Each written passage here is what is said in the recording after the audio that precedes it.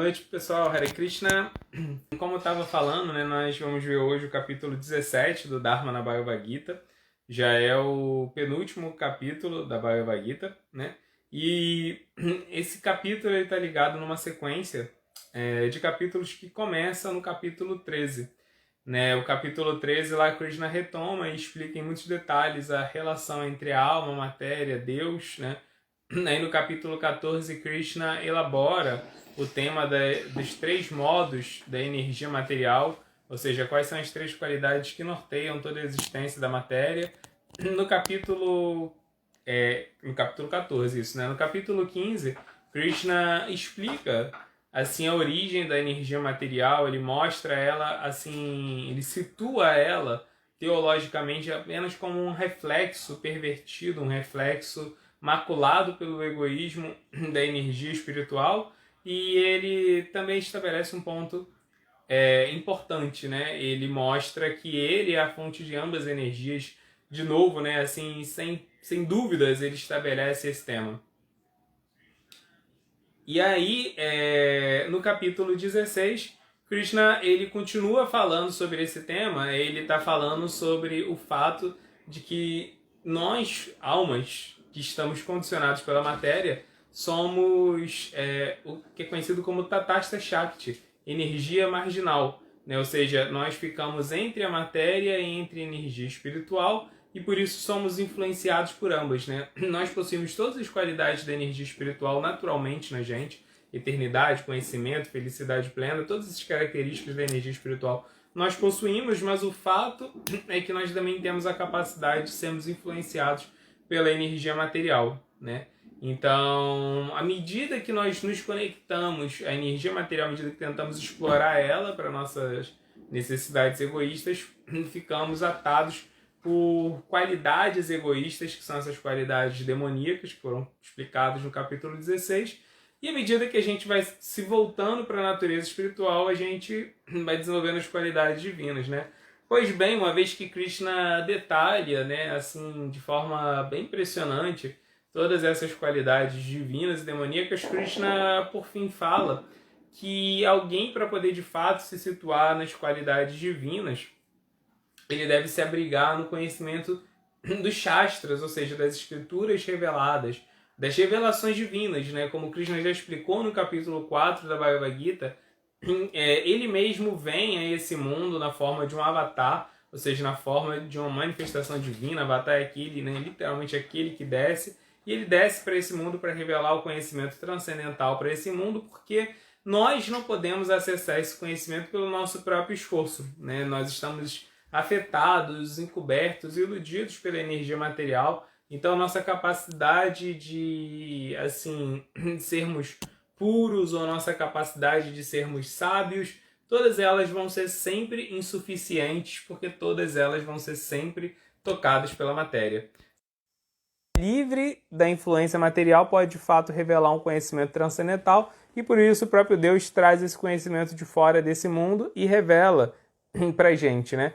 E aí, como ele mesmo explicou, quando ele revela esse conhecimento para algumas almas nesse mundo, e essas almas são iluminadas, elas podem representar Deus, transmitindo esse conhecimento de forma honesta, ou seja, transmitindo esse conhecimento sem adulterar, sem botar suas próprias opiniões pessoais, considerações particulares junto desse conhecimento, né? Transmitem o conhecimento de uma forma totalmente transparente, preservando, né, o que é a opinião de Deus do que a sua opinião particular. Quando alguém faz isso, essa pessoa está atuando como um guru, um mestre espiritual, e aí quando esse mestre espiritual passa o conhecimento para uma pessoa que também aprende, absorve, pratica e repassa esse conhecimento de forma pura, vai se criando uma sucessão discipular, ou seja, né, uma sucessão de pessoas que ao longo da história vão transmitindo com integridade o conhecimento que Deus revelou para esse mundo, e que por causa disso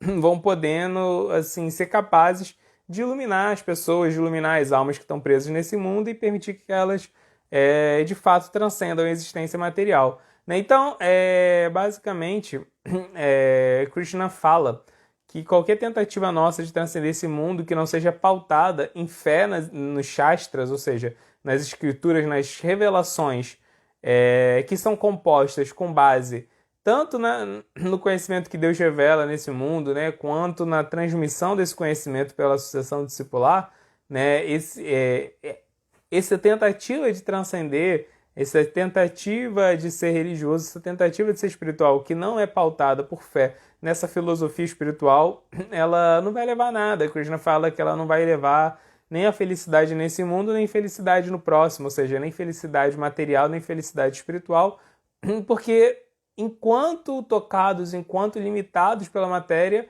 não temos mesmo essa capacidade de desfrutarmos de Ananda, da felicidade espiritual. Né? E aí, já que Krishna falou sobre a importância de fé nas escrituras, né, dessa fé embasada pelo conhecimento que é revelado pelos avatares, agora Arjuna vai querer saber mais sobre a fé, né, sobre a fé dentro da visão védica. E Krishna, nesse capítulo, ele vai explicar sobre a fé que é pura, a fé que não é pura, e para isso Krishna vai voltar a usar um conhecimento que ele já revelou no capítulo 14, que são os 3 modos da natureza, e Krishna vai, digamos assim, não só revisitar esses conceitos dos modos da natureza, como vai expandir a aplicação prática desse tema. Krishna aqui vai dar vários exemplos sobre os modos da natureza, né? Então vamos lá. Sem mais delongas, vamos ler o capítulo. Capítulo 17, as divisões da fé. Arjuna perguntou: ó Krishna, em que situação ficam aqueles que não seguem os princípios das escrituras, mas adoram segundo sua própria imaginação? Eles estão em bondade, paixão ou ignorância? A Suprema Personalidade de Deus disse: conforme os modos da natureza adquiridos pela alma encarnada, sua fé pode ser de 3 espécies: bondade, paixão ou ignorância. Agora ouço enquanto falo sobre isso. Ó filho de Bharata, conforme sua existência sobre os vários modos da natureza, o homem desenvolve determinada espécie de fé. Conforme os modos com os quais conviveu, o ser vivo tem uma fé específica. Os homens no modo da bondade adoram os semideuses. Aqueles que estão no modo da paixão adoram os demônios. E aqueles que vivem no modo da ignorância adoram os fantasmas e espíritos. É uma pergunta muito importante, assim, relevante, que Arjuna faz para Krishna aqui. Ele está perguntando: olha, você está falando, né, que só consegue de fato transcender aquelas pessoas que têm fé na revelação, né, sagrada, revelação do conhecimento transcendental pelos avatares, pelas escrituras sagradas, mas e aquelas pessoas que tentam, né, praticar algum tipo de método espiritual, mas fazem isso baseados assim na sua própria subjetividade, né, na sua própria compreensão da realidade? O que acontece com elas, né? Qual que é o destino delas? Qual é o valor da fé que elas possuem? E isso é algo muito relevante, né, porque a gente vive um período, né, assim, historicamente calcado na subjetividade, no relativismo. No século XIX, a gente teve assim, um evento muito importante, alguns eventos muito importantes, né? Um deles foi a Revolução Industrial, onde a indústria começou assim, a realmente mudar a vida das pessoas, a qualidade de vida das pessoas, é claro, né? Assim, a Revolução Industrial criou condições de trabalho péssimas, mas, por outro lado, a Revolução Industrial acelerou o processo de desenvolvimento médico, facilitou, assim, muito rapidamente viagens até mesmo intercontinentais e muitas outras coisas, né? Acesso à eletricidade. Então, a gente viu uma aproximação, uma abertura muito grande para as ciências e para a tecnologia no final do século XIX, né? Ao mesmo tempo que a gente vê um fracasso, digamos assim, da filosofia. A gente vê muitas pessoas começando a questionar se a filosofia era de fato capaz de encontrar respostas assertivas, respostas definitivas para os problemas humanos, porque parecia que não, parecia que a filosofia muitas vezes estava rodando em torno, né, de um mesmo ponto, há séculos, milênios, debatendo e nunca se chegava a um consenso. E, por outro lado, a ciência chegando a consensos sobre o funcionamento desse mundo e entregando algo palpável, tangível para as pessoas, que era a tecnologia, né? E aí, assim, o grande símbolo dessa decadência na fé, na filosofia, que acontece no final do século XIX é Nietzsche, né? Isso é corporificado, personificado por Nietzsche, assim, que basicamente criticou todos os filósofos, né? Os principais filósofos que vieram antes deles, várias formas de pensar a filosofia, e com isso a gente vê assim um grande enfraquecimento no mundo da investigação metafísica. A gente vê que o século XX ele começa com esse ceticismo no ar, né? Essa dúvida entre as pessoas se realmente é possível você determinar o que é justo, né? Determinar o que é amizade, o que é amor, o que são essas questões metafísicas. Parece que não existe uma forma de investigação metafísica segura. Então, a gente vê que no século XX um grande tipo de relativismo se espalha por toda a sociedade. As pessoas param de acreditar que existe uma verdade universal, objetiva, e passam a acreditar, muitas pessoas passaram a acreditar, de que existe a sua própria verdade pessoal, né? Ah, é minha verdade, é o que eu estou sentindo, é o que passa no meu coração, né? Então, muitas pessoas, às vezes boas, sinceras, tentam entrar num processo espiritual, mas contaminados por esse tipo de mentalidade que é filosoficamente absurdo, né? Porque basicamente assim, existe um mundo real, existe uma realidade. O fato de não sermos capazes de interpretar essa realidade completamente não significa que a realidade está condicionada pela nossa percepção limitada dela, né? E convivemos com outras pessoas que têm outras percepções desse mundo, né? Então, além de ser filosoficamente muito fraco esse tipo de relativismo, ele também tem um forte viés egoísta, né? Quando você passa a se importar com o que está acontecendo no seu coração, você ao mesmo tempo está declarando que eu pouco me importo com o que se passa no coração dos outros, o que eles acham que é real, eu só me importo com a minha visão de mundo, né? Então, assim, obviamente, Arjuna sabia que isso era uma visão assim muito inadequada, esse relativismo, querer condicionar a realidade, o que é certo, o que é errado, né, moral, e ainda mais o que é avanço espiritual de verdade, a nossa própria percepção limitada da realidade, né? Mas ele pergunta para Krishna o que acontece com essas pessoas que fazem isso, e a Krishna fala, depende da influência do modo da natureza sobre elas. Né? Ele vai falar que pessoas influenciadas pela bondade naturalmente vão se voltar à adoração a semideuses, né? Ou seja, semideuses são poderes que coordenam esse mundo material, né? Mas semideuses são seres que atendem, assim, a leis morais, né? Seres que respeitam leis morais. Eles fazem seu trabalho pautado nisso. Então, essa pessoa que busca algum tipo de fé e ela está sendo influenciada pelo modo da bondade, ela vai buscar um tipo de religiosidade que é pautado em princípios éticos, em princípios morais. Ainda que ela busque o seu próprio benefício pessoal, ela vai tentar conseguir essa autossatisfação servindo o mundo, atendendo às demandas do mundo, ainda que assim de forma egoísta, ainda que de forma interesseira, né, ela vai estar tentando responder às demandas morais do mundo, né? Uma pessoa que está sob a influência da paixão, foi dito aqui que ela vai adorar os demônios. Os demônios que estão sendo ditos aqui é uma referência direta ao que foi falado no capítulo anterior, no capítulo 16, que pessoas muito poderosas, influentes e materialistas, elas assim conseguem muita influência na sociedade e assim essa influência faz com que os desejos egoístas delas assim só fiquem cada vez mais fortes, só fomentem isso, né? Então, esse demônio que está falando aqui não é assim um demônio, digamos assim, um ser místico, esotérico do submundo, não é um ritual satanista, não é isso que está falando aqui. O que está falando é que pessoas na paixão vão depositar sua fé em líderes materialistas desse mundo, em líderes ideológicos, em líderes políticos muito influentes, né? Mas seres muito materialistas. Então é isso que está falando aqui, né? E aqueles que estão sob a influência do modo da ignorância vão adorar assim espíritos baixos, né, com o objetivo de apelar para esses espíritos para que eles prejudiquem pessoas que são desafetos, né, pessoais. Então é esses tipos de adoração aqui que vão acontecer, né, dependendo dos modos de natureza. Aí Krishna continua explicando. Aqueles que se submetem a rigorosas austeridades e penitências não recomendadas nas escrituras, executando-as por orgulho e egoísmo, que são impelidos por luxúria e apego, são tolos e que torturam os elementos materiais do corpo, bem como a superalma que mora dentro deste, devem ser reconhecidos como demônios. De novo, a palavra demônio aqui sendo usada no sentido de alguém que está fazendo uma coisa totalmente inadequada, né?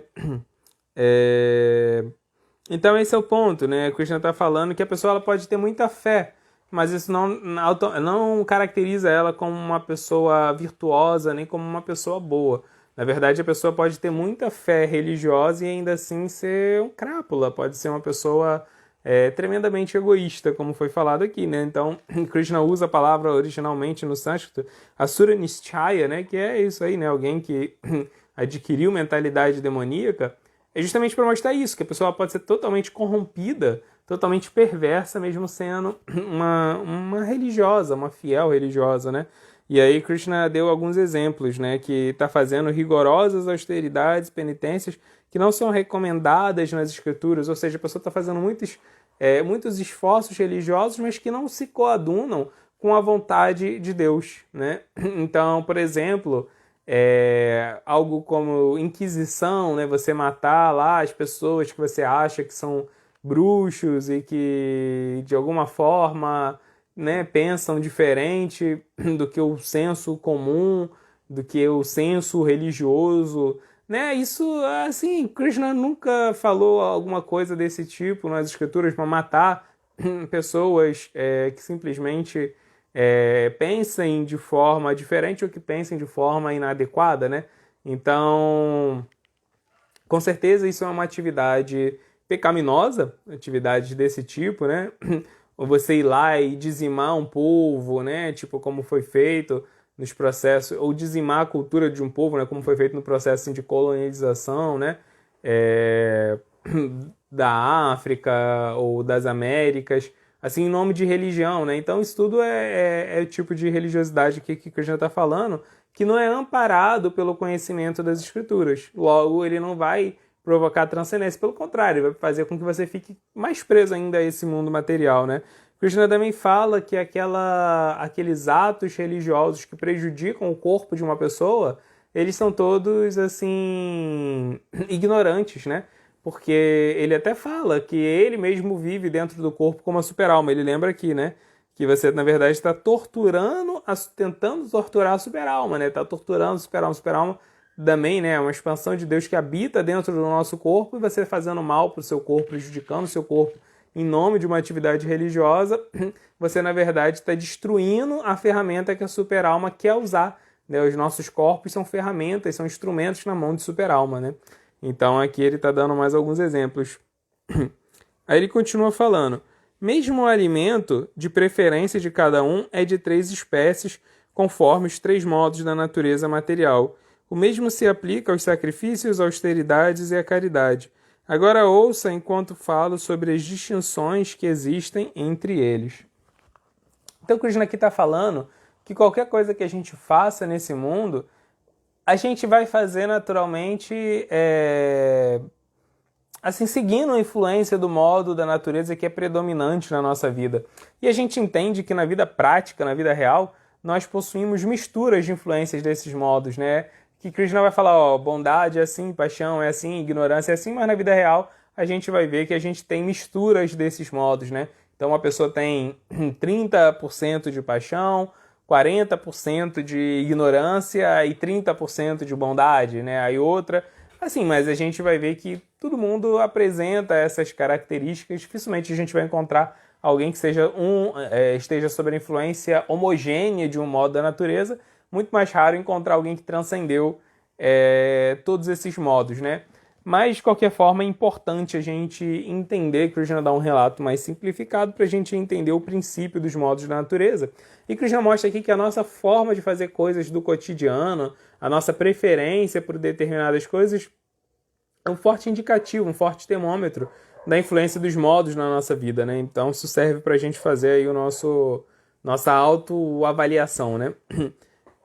Krishna continua falando: os alimentos apreciados por aqueles que estão no modo da bondade aumentam a duração de vida, purificam a existência e dão força, saúde, felicidade e satisfação. Esses alimentos são suculentos, gordurosos, saudáveis e agradáveis ao coração. Então, assim, Krishna está descrevendo a qualidade de um alimento no modo da bondade. Né? O alimento da bondade ele é saudável, né? Então ele assim aumenta a duração da sua vida, né? No sentido de que ele faz bem para o seu corpo. E ao mesmo tempo foi falado aqui que ele é puro, né? Ou seja, ele não foi obtido através de violência, na verdade ele foi obtido através da mínima violência necessária, porque sempre vai existir alguma dose de violência em qualquer atividade que a gente faça nesse mundo, né? Tirar uma alface da horta é uma violência, tinha uma alminha ali, né? Mas assim foi feito o mínimo de violência necessário, né? E depois esse alimento ele foi oferecido para Deus, né? Então qualquer karma que tivesse ali ainda acumulado, né, depositado, ele se extingue, ele se purifica.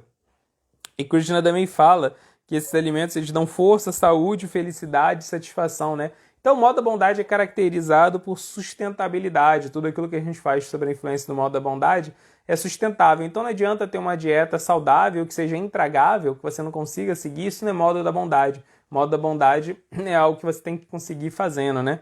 E aí ele fala, né, que eles são suculentos, gordurosos, saudáveis, agradáveis ao coração. Esse gorduroso que foi falado aqui não é assim gorduroso no mau sentido, né? Gorduroso aqui que tá falando é aquilo que assim, capaz de te dar calorias, te dar energia, né? Manter o seu corpo funcionando. A gente precisa de energia, né? Então é isso que tá falando aqui. Gordura boa, exatamente. Aí Krishna continua falando: alimentos que são muito amargos, muito acres, salgados, quentes, picantes, secos, ardentes, são preciados por quem está no modo da paixão e tais alimentos causam sofrimento, miséria e doença. É porque o modo da paixão você só está pensando no prazer da língua, né? Então, por exemplo, se você gosta de uma comida salgada, você vai comer aquele salgado, você vai querer uma coisa salgada. Só que a gente banaliza todo o prazer que a gente experimenta nesse mundo e depois aquele prazer se torna insípido, né? Então, o que acontece? Se você come a comida salgada, ela te dá prazer. Na próxima vez que você vai comer, aquele nível de salgado já não vai mais te dar prazer. Você vai precisar de uma coisa mais salgada. Você gosta de picante. Aí uma hora você vai se acostumar com aquela sensação de picante. Aí você vai precisar botar mais pimenta, porque para você sentir a picância, você precisa de mais, né? Então, assim, a paixão, ela se deleita no excesso. Só que o excesso, o exagero, ele sempre vai aumentando as suas exigências, né? Naturalmente isso termina em doença, como foi falado aqui, né? Então paixão é isso, paixão está preocupado em sentir prazer imediatista. E ignorância, alimento preparado mais de 3 horas antes de ser ingerido, alimento insípido, decomposto, putrefato, alimento que consiste em refugos e substâncias intocáveis atrai aqueles que estão no modo da escuridão. Modo da ignorância, modo da escuridão, você nem pensa, você assim sai consumindo qualquer coisa que aparece pela frente, né? E mesmo falou aqui em alimento assim, que já está estragado, que é impuro, que, né, que foi obtido através de violência, alimento que já está em decomposição, né? Comer carne é naturalmente comer um alimento que já está em decomposição. Aqui falou de alimento que foi preparado 3 horas antes do consumo, e a gente tem que lembrar que nessa época aqui não tinha geladeira, né? Então, assim, hoje em dia o alimento pode ser preparado 3 horas antes do consumo e não está em decomposição, não está nem putrefação. É isso que estava falando aqui. Aí Krishna continua falando dos sacrifícios, é da natureza da bondade o sacrifício porque por uma mera questão de dever é executado conforme as direções das Escrituras por aqueles que não desejam nenhuma recompensa. Mas sabe que o sacrifício executado em troca de algum benefício material ou por orgulho, ó principal dos Bharatas, está no modo da paixão. Considera-se que todo sacrifício executado sem que se leve em consideração a direção das Escrituras, sem que se distribua prasadam no alimento espiritual, sem que se cantem os hinos védicos, sem que se remunerem os sacerdotes, sem que se tenha fé, está no modo da ignorância. Então, Krishna aqui está falando que um ato de sacrifício que ele está no modo da bondade é aquele que você faz aquilo porque aquilo é certo, né? Então, assim, eu vou acordar cedo para poder meditar. Assim, isso é ótimo, né? As escrituras recomendam fazer isso, né? isso exige alguma austeridade? Exige, né? Acordar cedo é uma coisa que é agradável? Não é muito, né?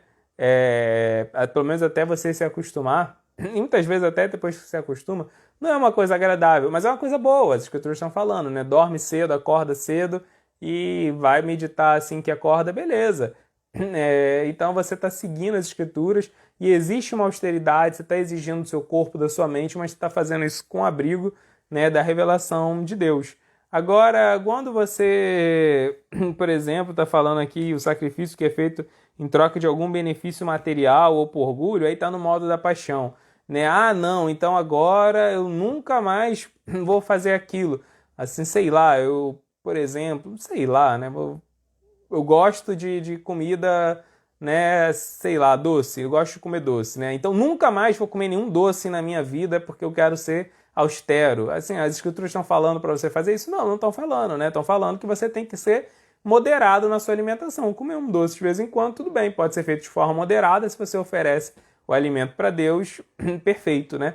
Agora, não, nunca mais vou comer nenhum doce na minha vida porque eu sou austero. Pô, você está inventando esse negócio aí, né? Sua mente vai ficar agitada, você vai ficar mal-humorado porque você está querendo ser mais austero do que as escrituras mandam, né? Então isso aí é orgulho, você está querendo se sentir assim a estrela né, da austeridade, você está querendo se sentir o super yogi transcendental e na verdade isso é bobagem, né? Isso é uma viagem total porque não está em consonância com as escrituras. A escritura não está mandando fazer isso, está mandando ser moderado, ser equilibrado e oferecer as coisas para Deus, né? Então, isso é sacrifício no modo da paixão. E o sacrifício no modo da ignorância, como foi falado aqui, é um sacrifício totalmente, assim, descuidado, totalmente, assim, sem nexo, né? Então, assim, você faz ele quase que por um costume social, foi falado aqui, sem fé, mas você não possui nem fé naquilo que você está fazendo. Por exemplo, se você faz alguma coisa, todo mundo reza, então vou rezar também, né? Muita gente faz isso, né? Assim, mas sequer tem uma noção clara de quem Deus é, né? Então isso é um ato de sacrifício no modo da ignorância. Você faz as coisas de uma forma automática, né? Então isso é interessante para a gente aplicar na nossa vida diária, né? Por que eu estou cantando japa? Qual é o espírito que eu estou cantando japa? Será que eu não estou fazendo isso na ignorância? Estou fazendo só no automático? Não estou parando para refletir sobre aquilo que eu estou fazendo, né? E aqui falou uma coisa interessante, né? Falou que quando assim existem grandes sacrifícios, quando existem assim manifestações religiosas, espirituais públicas, né? O conceito védico é que para isso não ser sobre a influência da ignorância, ou seja, para ser uma influência da bondade, tem que ter distribuição de praçada, né? Você tem que distribuir alimento sagrado, tem que cantar mantras védicos, você tem que de alguma forma retribuir, né, aquela pessoa que está ali organizando aquela cerimônia, aquela palestra, aquilo, né? E você tem que ter fé no ato, né? O mais importante de tudo isso é que você tem que ter fé.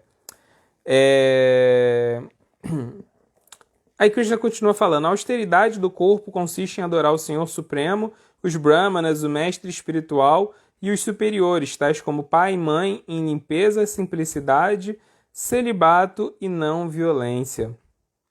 Ou seja, temos um corpo, né? Então qual é a forma correta de usar o corpo? Como usamos o corpo na bondade? Qual é a austeridade do corpo, né? Ou seja, como usamos o corpo de acordo com a direção das escrituras? Aqui está falando que o corpo ele deve ser usado para adorar o Senhor Supremo, ou seja, para adorar a Deus.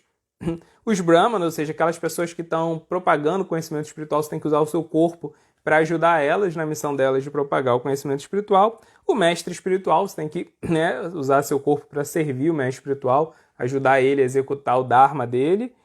E os superiores, tais como pai e mãe. Né? Então, esses superiores que está falando aqui é todas aquelas pessoas a quem a gente já dependeu um dia. Mesmo que a gente não seja dependente agora, nós temos que ter uma relação assim, de muito respeito por essas pessoas, né? Mesmo que a gente não concorde com algumas coisas assim, né, como elas pensam, mesmo que assim, você tem que ter essa relação de respeito muito forte, porque a sua vida dependeu delas em algum momento, né? Então, assim, existe uma preservação da tradição, existe uma preservação de quem veio antes, existe um respeito muito grande às suas origens. Temos que usar o nosso corpo dessa forma, né? Então, nós nunca podemos negligenciar aqueles a quem nós devemos o nosso próprio corpo, né? Você imagina, se os nossos pais não tivessem cuidado do nosso corpo, a gente nem estaria aqui agora, né? Então, obviamente, a gente tem que usar o corpo para retribuir os favores que recebemos deles, né? Além disso, temos que administrar o nosso corpo seguindo os 4 preceitos do Dharma, né? Ou seja, não ser promíscuo sexualmente, não se intoxicar, não ser violento, né? Inclusive na alimentação, e não trapacear, não ser mentiroso, né? Temos que usar o nosso corpo de acordo com os 4 pilares do Dharma. O Krishna continua falando: a austeridade da fala consiste em proferir palavras verazes, agradáveis, benéficas e que não perturbam os outros, e também em citar regularmente a literatura védica. Ou seja, quando você for falar, você tem que falar a verdade, né? Mas não adianta só falar a verdade de qualquer forma. Só falar a verdade de uma forma desagradável é paixão, é ignorância, né? Porque você não está nem refletindo, né? Você tem que falar a verdade, mas de uma forma com empatia, né? De uma forma agradável e benéfica, né? Você tem que falar no momento certo, para a pessoa certa, que ela vai estar disposta a ouvir, né? Então, falar a verdade sem seguir esses outros filtros é um tipo de violência. E se a violência, com certeza não está no modo da bondade, e essa veracidade, na verdade, ela é um tipo de, assim, de autoafirmação egoísta, né? Você está querendo falar a verdade para se sentir superior, né? Então, ela não é uma veracidade de acordo com o Dharma, né? Então, a gente tem que usar a nossa capacidade de falar para falar coisas verdadeiras, mas falar coisas verdadeiras de acordo com os filtros, critérios do modo da bondade. E também a gente tem que usar a nossa capacidade de falar para recitar regularmente a literatura védica, ou seja, para transmitir o conhecimento espiritual. Isso vai purificar a nossa fala. Krishna continua falando: e satisfação, simplicidade, gravidade, autocontrole e purificação da existência são as austeridades da mente, né? Ou seja, como a gente faz para a mente ficar no modo da bondade? Tem que seguir aqui esses 5 pilares, né? Satisfação, santosha, né? A satisfação significa que tudo aquilo que a gente está obtendo nesse atual momento é fruto do nosso karma, né? E por isso, assim, a gente tem que, na verdade, realmente ficar tranquilo, né? A gente não deve ficar, assim, com a mente agitada, querendo aquilo que a gente não pode ter, porque tudo aquilo que a gente tem foi a gente mesmo que plantou, né? A gente não tem nada nem melhor nem pior do que, assim, aquilo que a gente mesmo plantou no passado, né? Então não adianta ficar frustrado com o que se tem agora, cobiçando coisas melhores, porque, assim, aquilo é justamente a justa recompensa do que se tem. E no caso de um bhakta, ou seja, de um devoto, isso vale muito mais, porque é dito que Krishna, ele, assim, purifica boa parte do karma de um devoto, né? Então, um devoto mesmo não deveria ter motivo para ficar insatisfeito, porque quando ele fica insatisfeito, na verdade, tudo aquilo que ele está tendo, na verdade, é uma regalia, né? Ele está tendo muito mais do que ele merecia, né? Então, no caso de um devoto, ele não tem motivo para ficar insatisfeito, porque ficar insatisfeito, no caso de um devoto, significa ser diretamente ingrato com o próprio Deus. Falar: ó, isso aí que você me deu, não gostei, queria que você me desse mais, né? Simplicidade. Simplicidade significa justamente ter pureza, assim, na relação com a matéria, né?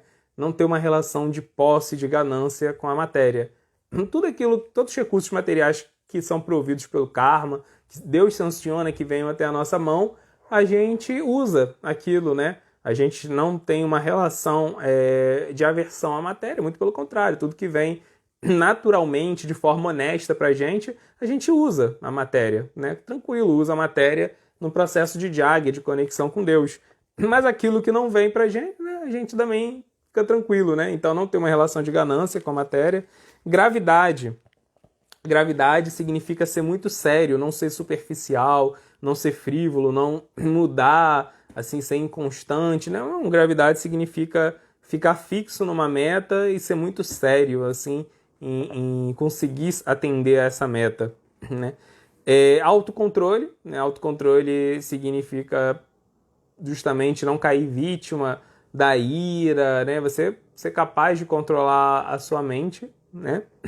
E purificação da existência significa justamente usar a sua mente no caminho do Dharma, usar suas emoções, sentimentos, todas elas no caminho do Dharma. Quem faz isso consegue ficar com a mente no modo da bondade.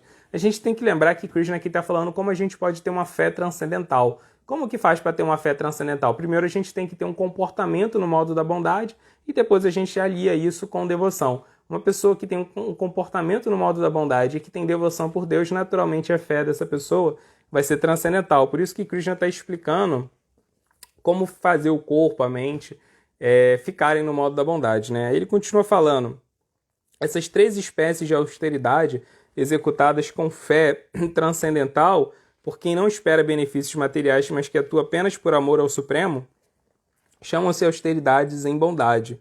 Mas afirma-se que a penitência executada por orgulho, com o intuito de ganhar respeito, honra e adoração, está no modo da paixão. Tal penitência não é estável nem permanente. Penitência executada por tolice, com autotortura ou visando a destruir ou ferir os outros, se diz que está no modo da ignorância.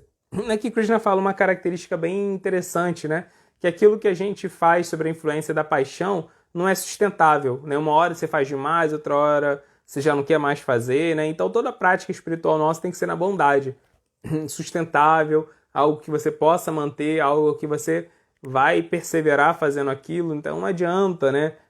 Assim, se engajar e querer ser extremamente renunciado da noite para o dia e ter uma prática, né, assim, incrível. Talvez você consiga fazer isso 1, 2 meses, 1, 2 anos, mas depois você vai cair se você não tiver base, né? Então o modo da bondade é avanço gradual, mas sólido, né? Você vai avançando aos pouquinhos, mas você não volta, depois você nunca cai, você não retrocede. O modo da paixão é bipolar, né? Uma hora você quer ir lá na frente sem ter nenhuma maturidade, né? E aí é muito comum a gente ver, né, uma pessoa fazendo, às vezes, austeridades rigorosíssimas e ela já quer sair julgando todo mundo, né? E aí passou, assim, 2 semanas, ela já não está conseguindo mais fazer nada daquilo que ela estava fazendo, né? Isso é típico, né? A gente vê isso sempre. O Krishna falou aqui que é pura paixão. A caridade dada por dever, sem expectativa de recompensa, no local e hora apropriados e dada a alguém digno, está no modo da bondade. Mas a caridade executada com expectativa de alguma recompensa, ou com desejo de resultados frutivos, ou com má vontade, disse que é caridade no modo da paixão. E a caridade executada em lugar impuro, na hora imprópria, e feita a pessoas indignas ou sem a devida atenção e respeito, disse que está no modo da ignorância. Então, caridade na bondade é aquela caridade que você dá para uma pessoa que merece, né? E que você refletiu, investigou, viu se aquela pessoa, né, ia administrar bem a caridade que você deu para ela. Caridade na paixão, você dá a caridade só para você se sentir especial, ou então só para as outras pessoas te admirarem porque você é uma pessoa caridosa, né? Então você está pensando, na verdade, mais no que você vai ganhar por dar a caridade do que na ajuda que você vai estar dando por dar aquela caridade, né?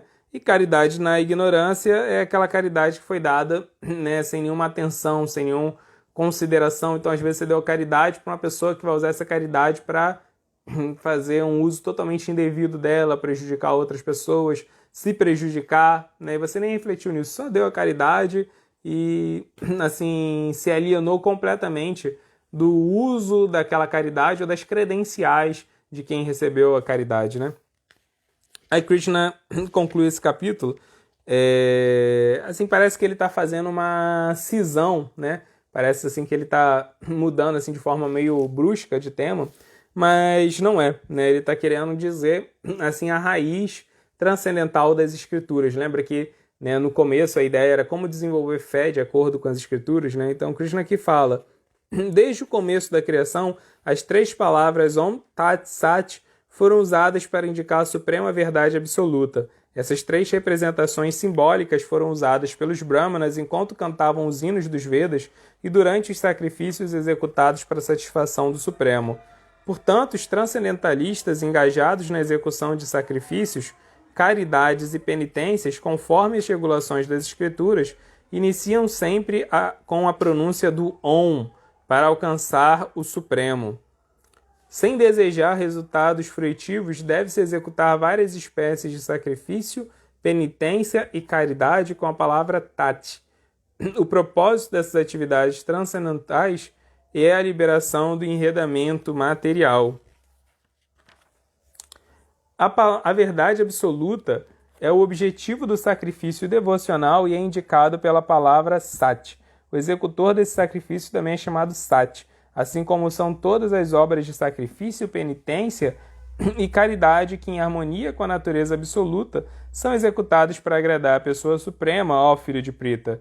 Tudo aquilo que é feito como sacrifício, caridade ou penitência sem fé no Supremo, ó Filho de Prita, é impermanente, chama-se asat e é inútil tanto nesta vida quanto na próxima. Então aqui Krishna ele fala no final sobre essas três palavras muito importantes nos Vedas, Om Tat Sat. Ele está mostrando que atos de sacrifício, atos espirituais, são marcados pela recitação dessas palavras. Faz parte de um Jagya no modo da bondade incluir essas palavras. O Om é o Bija Mantra. O que é o Bija Mantra? Ele é a semente de todos os mantras. Dentro do mantra Om, existem três tipos de conhecimento. Quando a gente medita no Om, a gente medita nesses três tipos de conhecimento. O primeiro conhecimento é chamado Sambandha. Sambandha é o conhecimento sobre quem nós somos, quem Deus é e o que a matéria é e qual é a nossa relação. Ou seja, qual a relação da alma com a matéria, qual a relação da alma com Deus e qual a relação de Deus com a matéria. Então o mantra Om, ele permite a gente adquirir esse conhecimento. O segundo conhecimento que podemos extrair do mantra Om chama-se Abhideya. Abhideya é o conhecimento do que podemos fazer na nossa vida prática nesse mundo material para a gente estar mais próximo da transcendência, estar mais perto de Deus.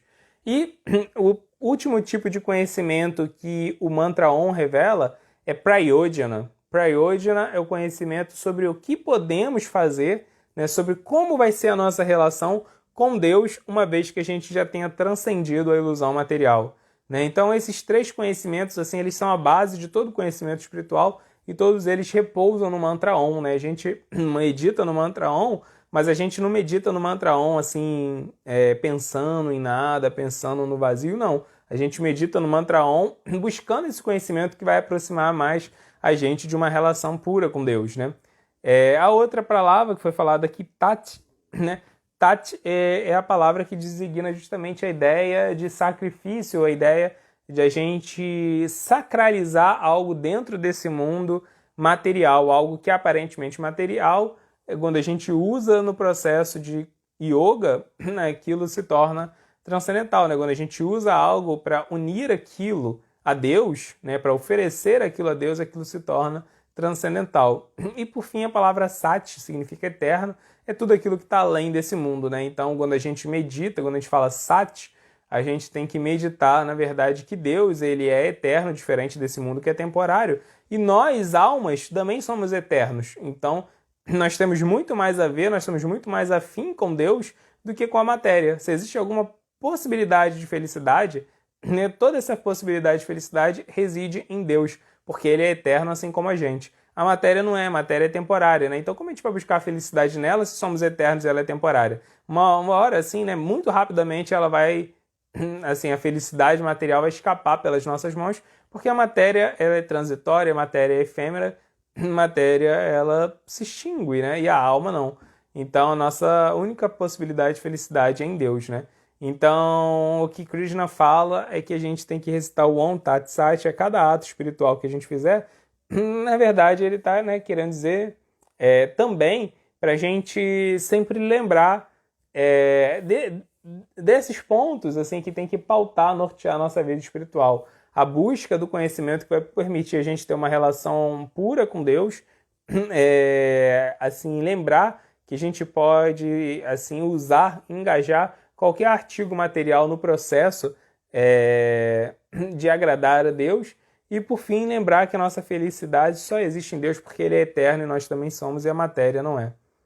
Tá bom? E aí, Krishna, em essência, ele fala que tudo aquilo que não é pautado por Om Tat Sat, ou seja, tudo aquilo que não é pautado por esse conhecimento espiritual, ainda que seja religioso, não vai ser puro, não vai ser transcendental. Tá bom, pessoal? Então foi isso, esse foi o capítulo 17, penúltimo capítulo da Bhagavad Gita. Depois a gente já vai para o capítulo 18, o último capítulo. Então vamos ver agora se temos perguntas, comentários. A Lia, boa noite, Lia, Hare Krishna. Ela comentou assim: dê por favor exemplo de adoração a demônios. O que está sendo falado aqui, adoração a demônios, é alguém que dedica, né, o seu tempo, a sua energia, a sua vida a alguma, assim, a seguir algum ideólogo, né, assim, alguém que tem alguma ideologia materialista, né, uma ideologia... Porque o que acontece, né? Quando alguém tem uma ideologia material, naturalmente essa pessoa ela vai dividir todas as outras pessoas em dois grupos, amigos e inimigos.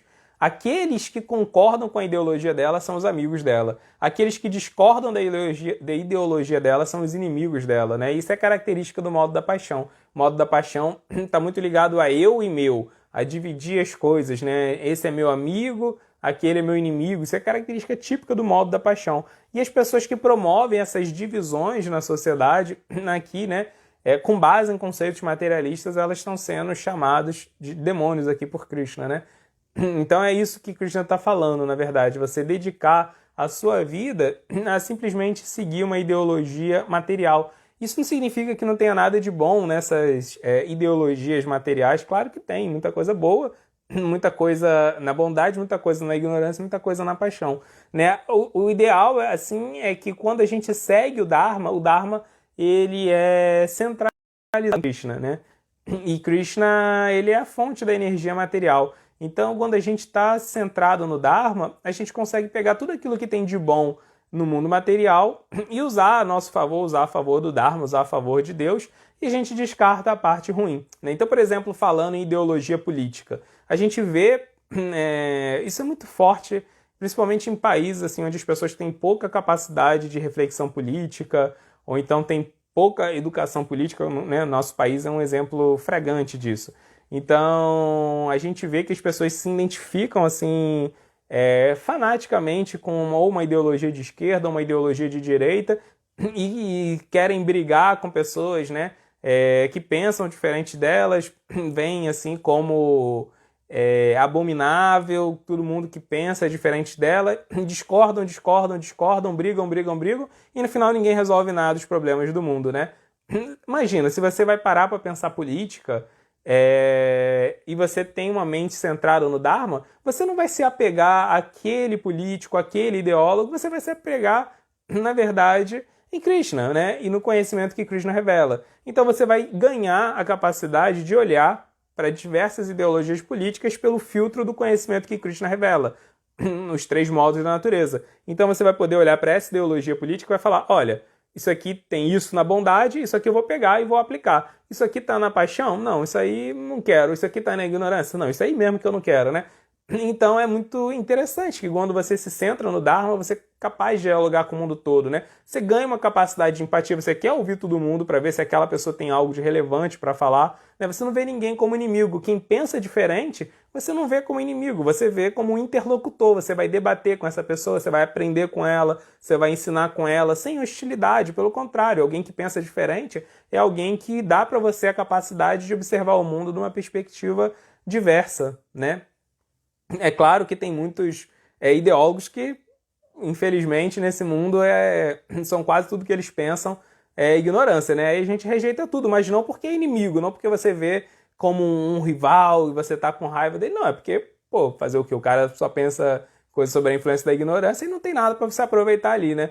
Mas é assim que alguém que está sob a influência da bondade atua, né? Ele não se prende em nenhuma ideologia desse mundo, ele só quer seguir o Dharma. E para isso ele vai pegando tudo que for útil nesse mundo e tudo que não for, ele rejeita de boa, né? Agora, alguém que está preso na paixão, não, né? Ele compra o pacote completo porque a fé, o ídolo dele, o Deus dele virou aquela ideologia, né? Então, mesmo que tem de negativo, mesmo que tem de impuro naquela ideologia, ele não consegue perceber porque ele é devotado àquilo, né? E o que acontece? Quando a gente se devota a Krishna, quando a gente serve a Krishna, o que acontece com a gente? A gente vai ganhando as mesmas qualidades de Krishna, né? Se Krishna é puro, a gente vai sendo puro. Se Krishna é tolerante, a gente vai se tornando tolerante. A mesma coisa quando a gente adora pessoas nesse mundo, né? Quando a gente idolatra uma pessoa desse mundo, quando a gente idolatra uma pessoa que está presa nesse mundo, a gente vai se limitando, né? A gente vai se tornando como ela, né? E todos assim os vícios daquela pessoa a gente passa também a desenvolver, né, assim as fraquezas ideológicas dela, né? Então, por exemplo, um exemplo que não é perto da gente, né? Na época, na Índia, né, na época de Prabhupada, que Prabhupada era jovem, né? O movimento de Gandhi, ele estava assim bombando, né? O movimento de Gandhi estava bombando. Então, e Prabhupada admirava a não violência do movimento de Gandhi, isso era algo que chamava a atenção a ele, né? Mas Prabhupada, devoto, né? Então, quando Prabhupada encontra o seu mestre Bhaktisiddhanta, Bhaktisiddhanta lembra a ele que aquilo era só uma ideologia política, tinha coisas boas ali que ele podia pegar, mas na verdade a essência era a vida espiritual, ele não podia perder o foco nisso, Prabhupada fez isso, né? Então ele pega coisas interessantes do movimento de Gandhi, mas ainda assim ele segue em frente, né? Ele pega o que é útil e segue em frente para poder servir a Krishna. Mas, na verdade, tem muitas pessoas que eram fanáticas pela ideologia de Gandhi, que era uma ideologia que ainda era uma ideologia material, com coisas bacanas, como não violência, coisas no mal da bondade, mas tinha muitas coisas que eram poluídas ali, né? Que é normal, né? Todos nós, tudo aquilo que é produzido por humanos, tudo aquilo que é produzido por almas presas no mundo material, é afetado pelos três modos, né? Então Gandhi, por exemplo, ele tinha preconceito assim severo com os paquistaneses, né? E aí e outros, né, pessoas próximas de Gandhi também tinham, né? Então a gente vê que muitos seguidores de Gandhi passam a ter preconceito com os paquistaneses e boa parte dos problemas entre Paquistão e Índia começam naquela época, né? Gandhi também era um pouco misógino, Gandhi também tinha problemas com negros, né? E a gente vê assim que muitas desses preconceitos, desses tipos de mentalidade absurda, se infiltram na sociedade simplesmente porque as pessoas eram fanáticas pelo Gandhi sem nenhum senso crítico, né? Então, não podemos, né? Não podemos idolatrar pessoas, não podemos, né? Então é isso. Essa é a adoração no modo da paixão.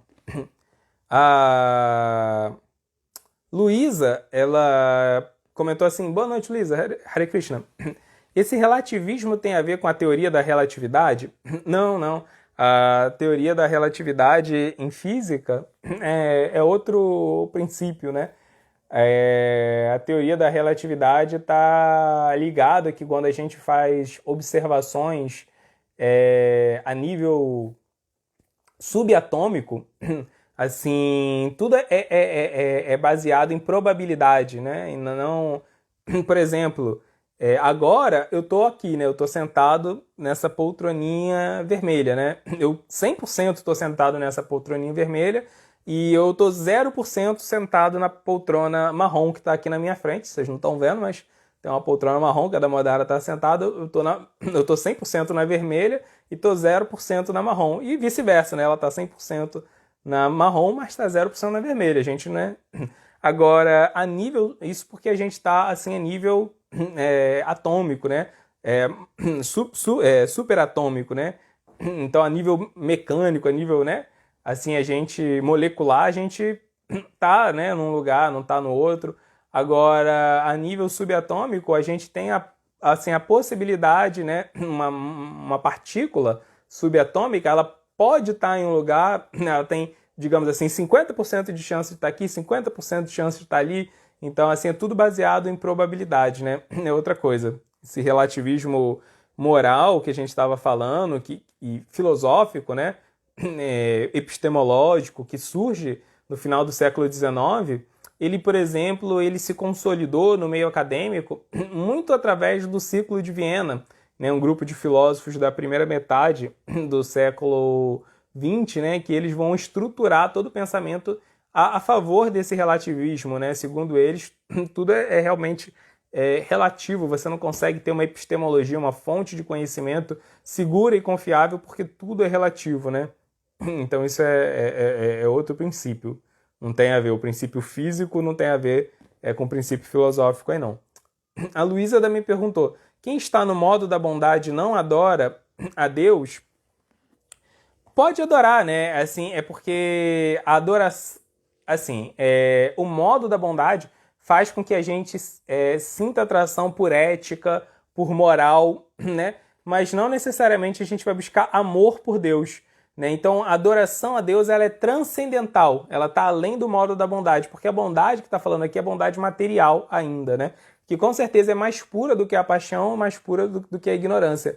Mas alguém, por exemplo, pode botar assim a ética, a moral, acima do desenvolvimento da sua relação amorosa com Deus, né? Então, isso não é transcendental, é bondade, mas não é transcendental. Então, tudo que é transcendental inclui a bondade, né? Quem está tentando desenvolver sua relação com Deus tenta também ser ético, necessariamente tenta ser ético, né? Se a pessoa está tentando desenvolver relação com Deus e ela não tenta ser ético, então ela está sob a influência da ignorância, não da bondade, né?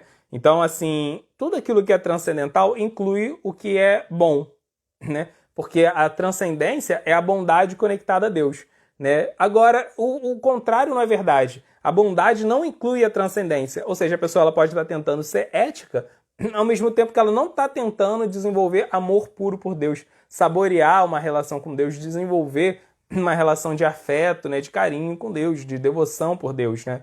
Então, transcendência inclui bondade, mas bondade não necessariamente inclui transcendência. Bondade ainda é limitado materialmente, transcendência não.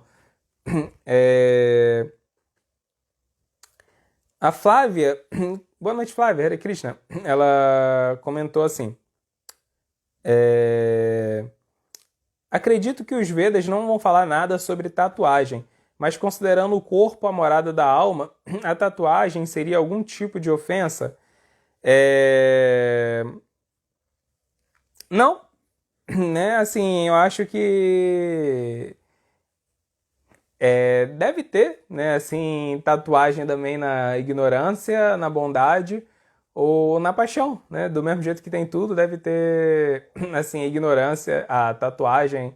Eu não entendo muito de tatuagem, né? Mas dá para entender que isso também se aplica dessa forma. A gente sabe que dentro da época védica existiam, por exemplo, tatuagens em algumas circunstâncias. Hanuman, por exemplo, o grande devoto de Ramachandra, ele usava tatuagem. Os devotos da Shri Sampradaya, que é uma das 4 escolas Vaishnavas, se tatuavam. Antigamente era comum eles fazerem tatuagens dos 4 símbolos de Vishnu, né? A massa,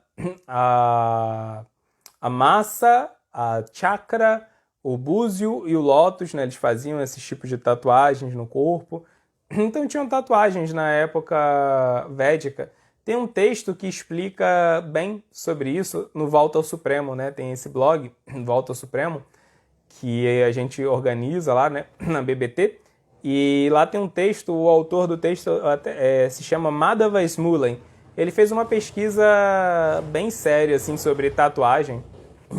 Ele foi bem fundo nisso, né? Então ele viu assim, o que os Vedas realmente dizem sobre tatuagem. Agora, dá pra gente entender, né, que tem tatuagem no modo da ignorância, né? Tatuagem no modo da ignorância é uma tatuagem frívola. Ih, pessoal, tá passando aqui uma frota aqui na rua, por isso que tá... Enfim, existe tatuagem, né, sobre a influência da ignorância, né? Uma coisa vulgar, né? Isso é ignorância.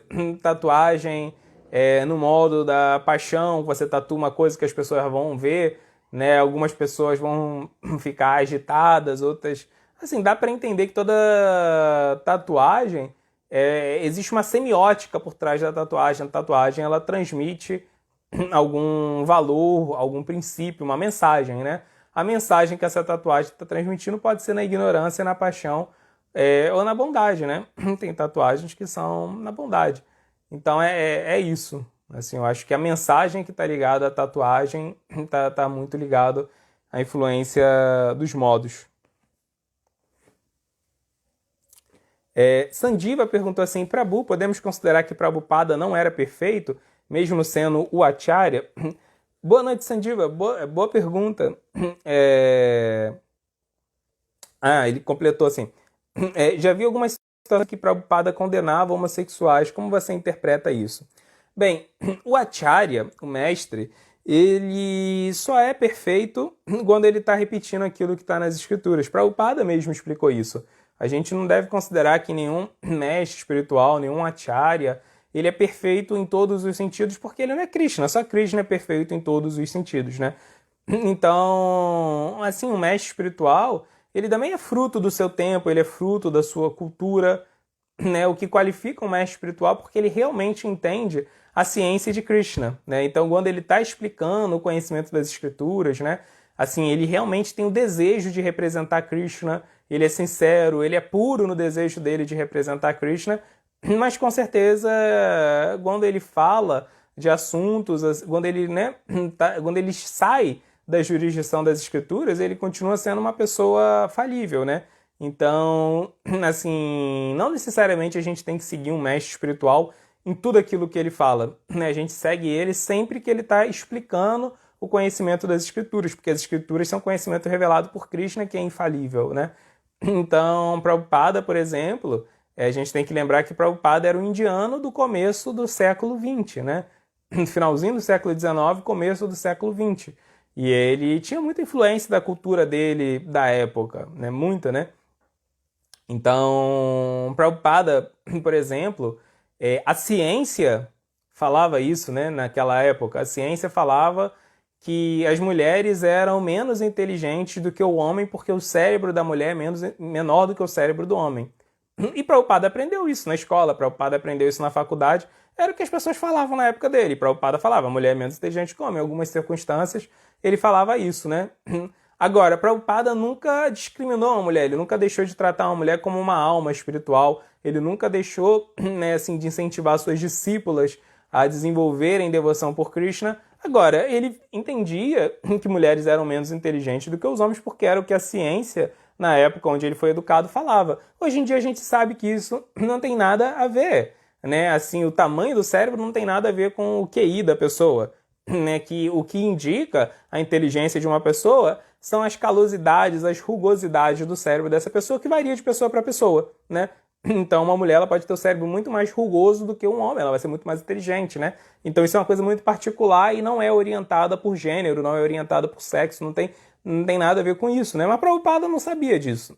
Prabhupada seguiu a ciência, o consenso da ciência e o consenso cultural da sua época. A gente precisa concordar com Prabhupada que a mulher é menos inteligente que o homem? Claro que não. Pelo conhecimento que a gente tem hoje em dia, a gente sabe que isso não é verdade.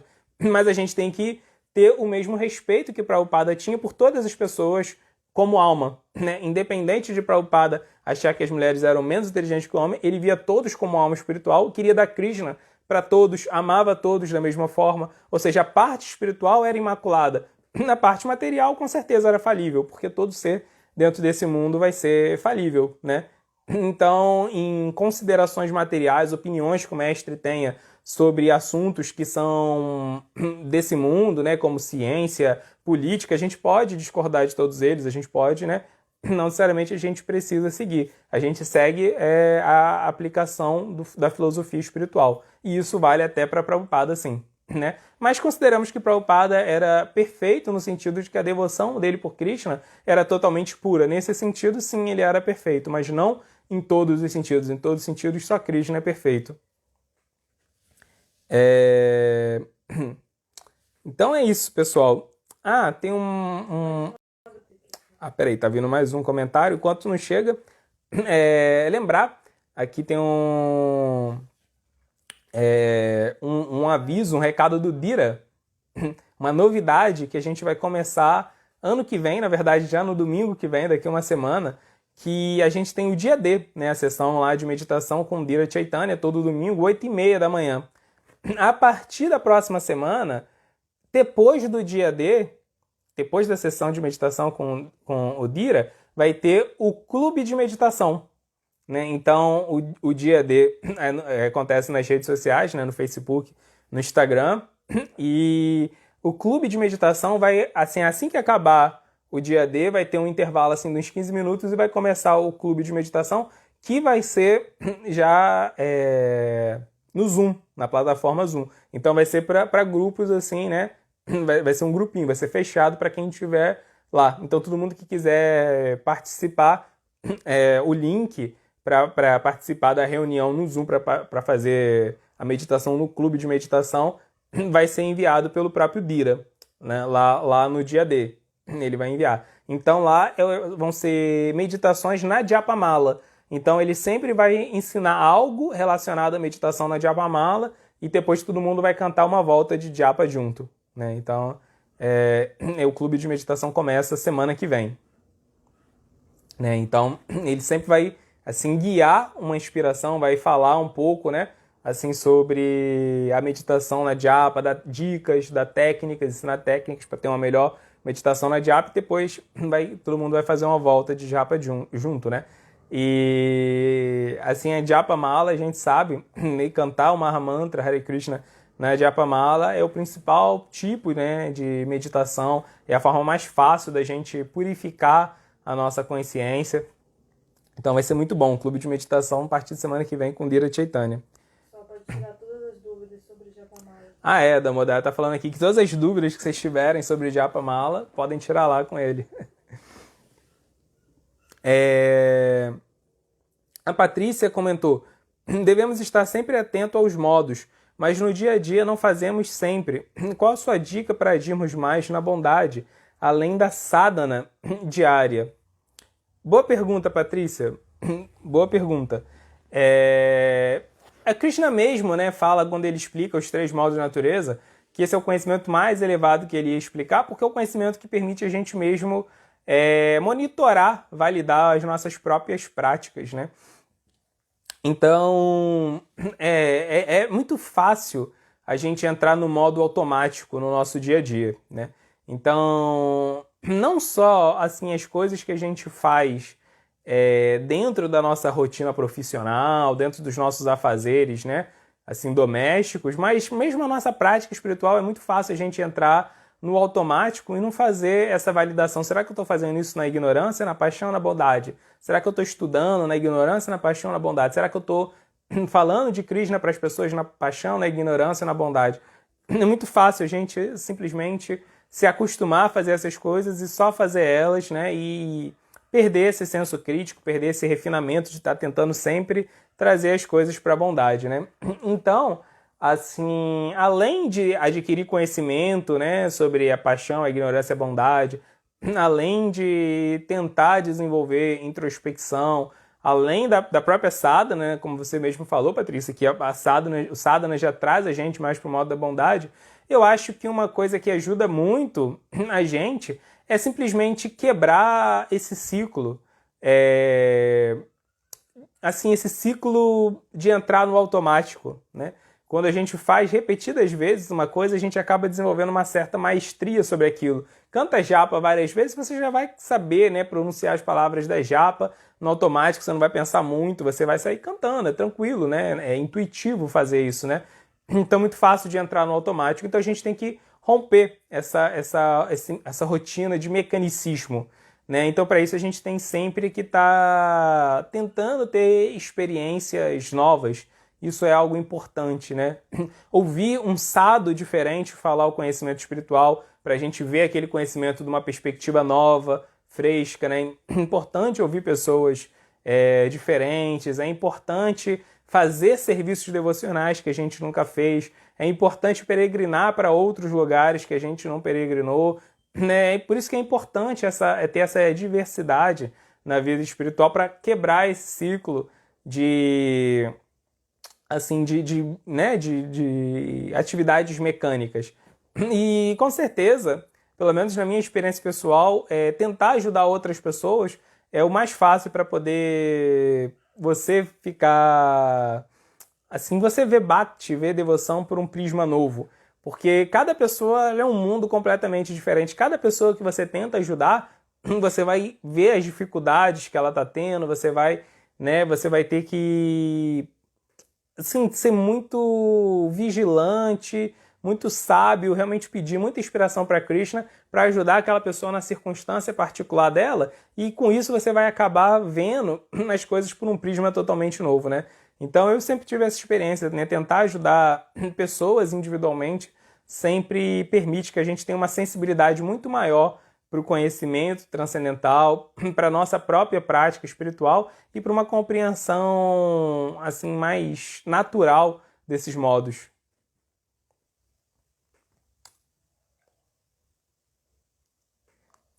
A Luísa perguntou assim: dançar ritmos como samba, zumba, etc., que são muito sensuais, prejudica o desenvolvimento espiritual?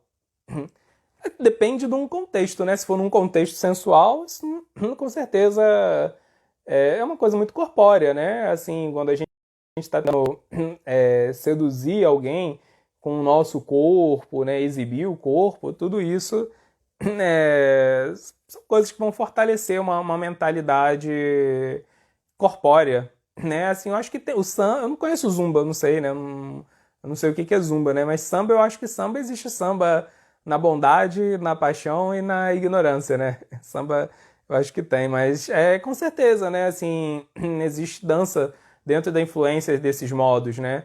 Então, assim, algo que expõe muito o corpo, que o objetivo é atrair outras pessoas usando o corpo como isca, com certeza isso vai fazer com que a gente tenha uma mentalidade mais corpórea, que a gente fique mais identificado com o nosso corpo. Não é legal mesmo, não. Desperta na gente e no outro, né? Pois é, um ponto importante que a Damor falou, né? Que desperta, agita não só a nossa mente, agita a nossa mente e a mente dos outros, né? Então não é legal não, né?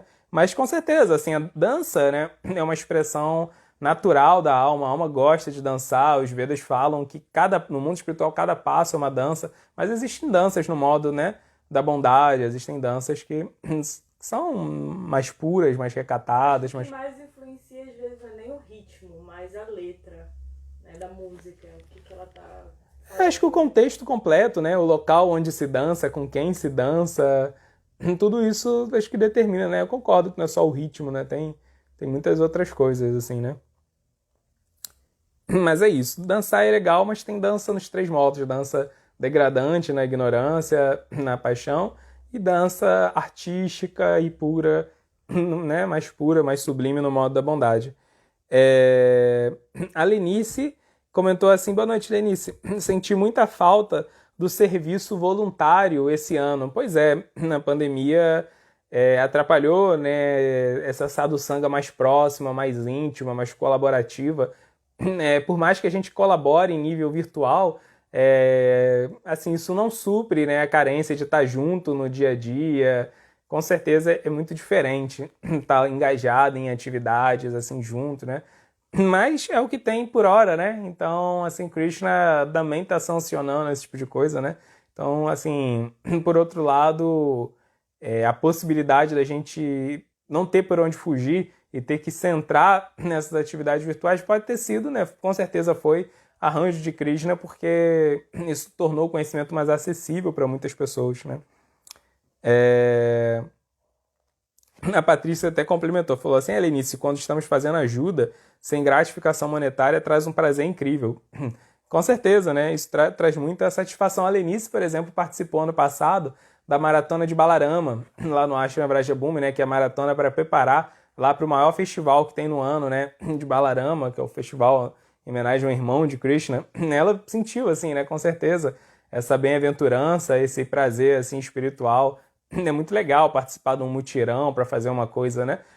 Assim, a gente pretende mais para frente, bem mais para frente, por enquanto a gente está centrado em outras atividades, mas quando a gente tiver um centro assim físico, né, do Clube do Dharma, que é algo que está nos nossos planos, mas mais para frente, algo que a gente pretende fazer é realmente maratonas assim de reflorestamento, né? Porque com certeza ajudar o processo assim ambiental, diminuir nossa pegada, reduzir nossa pegada ecológica é uma necessidade urgente, né? Mas a gente pretende fazer assim maratonas transcendentais com mantras e praçada dentro de projetos assim ambientais. É uma coisa que a gente sabe que com certeza as pessoas que vão participar vão ficar muito atraídas assim na experiência que a gente teve é que quando as pessoas vai num ashram, ajuda mesmo, faz todo tipo de atividade, bota a mão na massa, assim, ela se apega a Krishna de uma forma muito superior a só o conhecimento intelectual, né? É algo indescritível mesmo.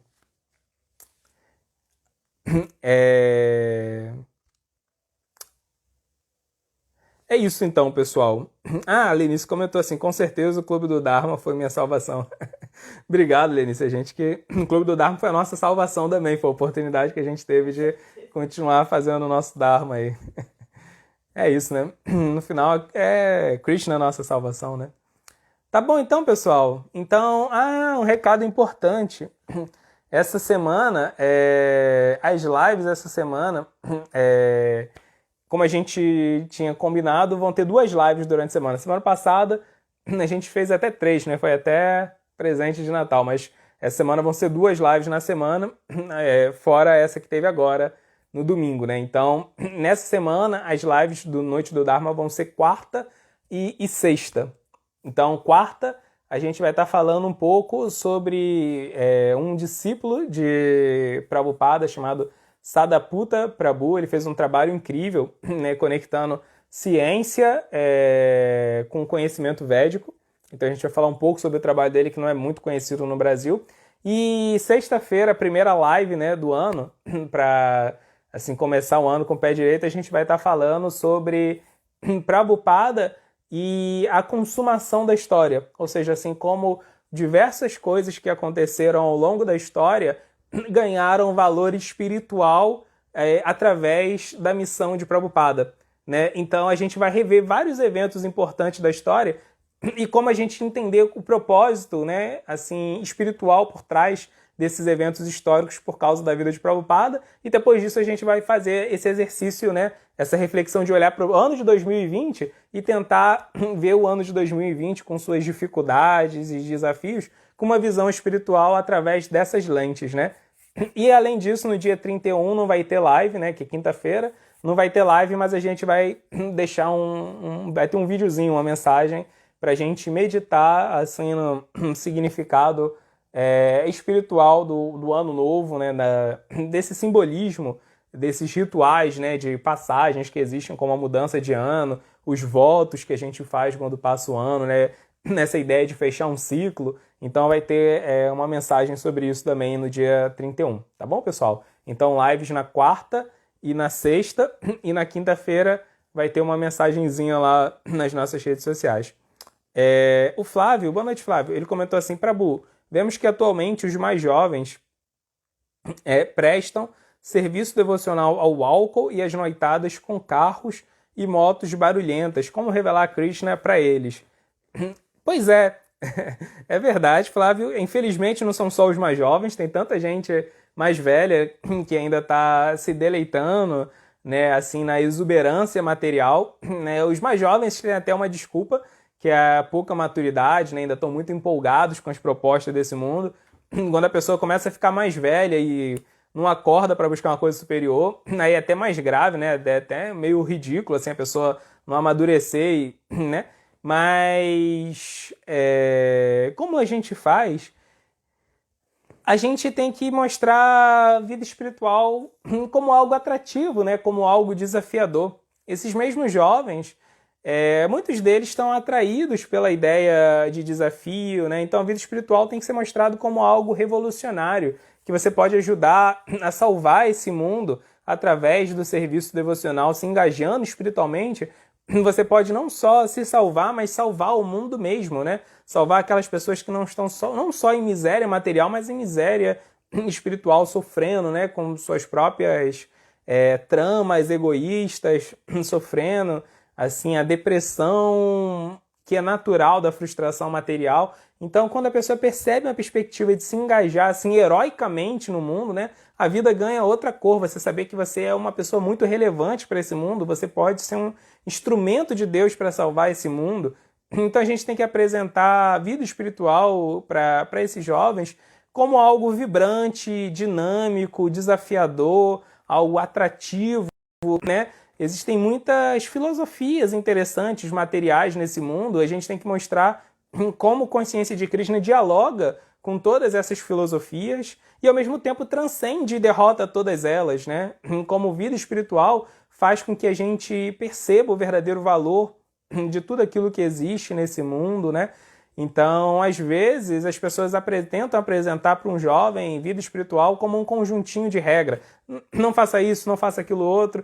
Aí não vai rolar, né? Uma coisa careta, não vai rolar. Não, tem que, assim, apresentar com uma filosofia mais incrível, mais surpreendente, mais lógica, com mais sentido que existe, porque é tudo isso mesmo, né?